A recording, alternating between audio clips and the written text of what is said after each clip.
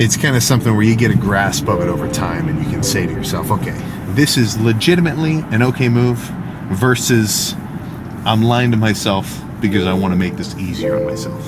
And sometimes it's trickier to differentiate the two. Like two guys can take a day off the gym, and one can have good reasoning and the other guy can just be lazy. Like, okay, I can tell I'm fatigued. I just did 3 badass workouts in a row the last 3 days. I think it would be good to let myself recuperate and then come back stronger tomorrow, well recovered, well rested, ready for some good work. That is a very different situation than the guy who's like, man, I'm feeling kind of tired today. Let's take a rest day. Screw it. Come on, man. None of you guys are coming to the gym? Dude, I'm taking a rest day. Come on, nobody's going to be there? I mean, I've heard that conversation before. It's like, yo, who's at the gym right now, bro? It's dead? Like, I'm getting these texts like, Sam, what's the gym like? Is anybody I know in there? Like, no, it's pretty dead. Not coming.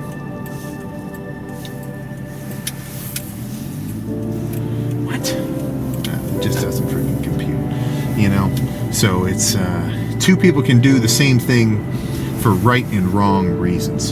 And it's really just sort of a situation of, like, you got to know the difference.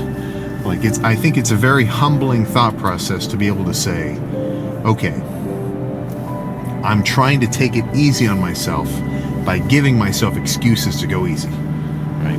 Versus, all right, this is legitimately a good move, right? So let's give us another situation here. You're in bed. It's 6 o'clock. Your alarm went off. You told yourself you were going to do cardio. Like the last night, you were watching some hype-ass fitness edits. You're getting excited, like, dude, I'm doing my cardio tomorrow. I'm locking in. 2025 is my year. You get all cozy, curled up in bed. You got your PJs on. Dead asleep. That alarm goes off. 6 o'clock. That's your cue. You got cardio. Oh, did I say I was gonna do cardio this morning? I don't know, man. It's way too early. I need more sleep, man. I got to be better rested. That's all it takes, man. Right? Letting those little voices win, because it's not even the hardest thing in the world. Get up, get in the car. By the time you're driving, you've already built up the momentum. You're not stopping. I've said that. I said this a couple days ago. Like, the success rate of someone telling themselves they're going to do their cardio tomorrow morning, it's pretty low. I'd say it's maybe 30%, if that, and that's just a guess, but low.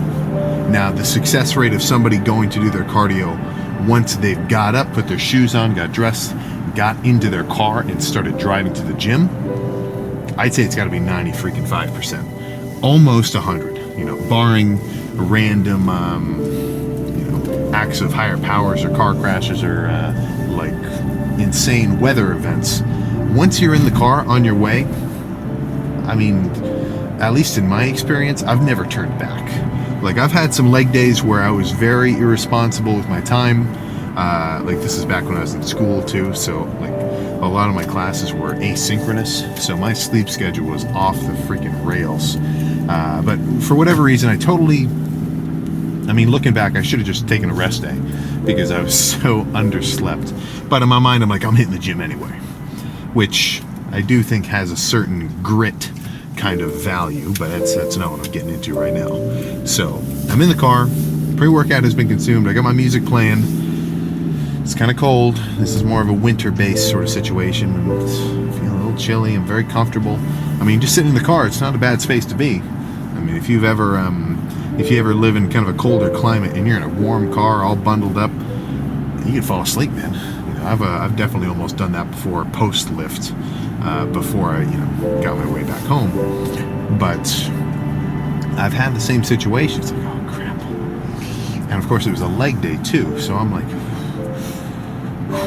and this was recorded. I don't remember how far back it was. I could probably find it. This is like maybe a year ago or so, but I was dying. It was like 3 a.m. I don't know what I was doing to make myself have that sort of day schedule. I think I had to drive back home or something, but totally tired, totally not exactly in the mood.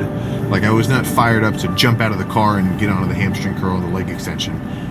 But I knew I still wanted to do it because I want to be the guy who still hits the gym even when he feels a little scrappy. So first set of hamstring curls, I could tell I was off my game a little bit. I do the first set, I kind of called it early, I didn't really hit total failure. And this is bulking up as well, so I wasn't just going in for quad stimulation or like just, getting a pump, kind of like I'm aiming for right now. Like I'm going for a hard workout. And after that first set, I was like, okay, come on. Am I being serious right now? I'm at the gym. I took my pre-workout. I drove all the way here. I'm going to show up and then not show out? What the hell am I doing? And then that kind of got a good enough chip on my shoulder where the rest of the workout was sweet. In the zone, activated, have my music playing, and I am definitely not a no headphones kind of guy, so I might not be able to relate to your internal motivation if you don't, if you can't relate to having the Reiner Bertolt theme song playing. If you know the scene I'm referencing, then you got your own kind of internal monologue that gets you going. But it's like once all those pieces are in place, even if some of your rest and your recovery and your prep time, or maybe even just your straight up mental state of being is a little off, it should be enough to really get you going. And I find that to be the case almost every time. So even if you're a little cozy or a little sleepy, I mean, you just got back from work or from school and you just laid down, that is a very powerful force, laying down on the couch or anything else when you told yourself you were about to go work out. But you really just have to kind of relate to, well, maybe not relate if you've never done it before, but assuming you have gotten into the car, headed to the gym when you weren't really feeling it, then you know what I'm talking about. Like you build up a certain momentum by putting yourself into that space. So really it's kind of just fighting that initial uncomfortability. And once that momentum is built up, you're moving. And then even if you do have a scrappy lift, you still get to say, I did it, even though I didn't feel like it. And I think that is probably one of the most valuable things that you can get out of training, or really just any kind of freaking, self-enlisted kind of endeavor, doing it when you don't feel like it, because that's putting you into a state of uncomfortability, right? And the more that you do that, the wider your horizons become and the easier it is for you to do it again. If you take somebody who's never worked out before and you try to tell them to work out every day, 2 hours, 1 hour of weights, 1 hour of cardio, it's too much, right? That is you're trying to do a complete 180 of the guy's routine. You have to acclimate yourself to that sort of thing, But if you ease the guy into it, start off, 2 days on, 2 days off, whatever, then sure, it's going to be hard. But if you continue to push yourself and continue to put yourself into push yourself and then put yourself into a state of, oh crap, all right, this is getting hard. Every time you do that, what was once hard before is now easy. Your max effort, locked in, badass, awesome workout a year ago is now your new normal. And I do think about that, not as much now, because I think I'm getting pretty good at the consistent effort of the working out, but especially coming up, like year 1, year 2, every few months I would sort of have this kind of like self-realization of sometimes having a really awesome workout and then sometimes having a really shitty workout, where what would happen is afterwards I got to think to myself, whoa, that workout was sick.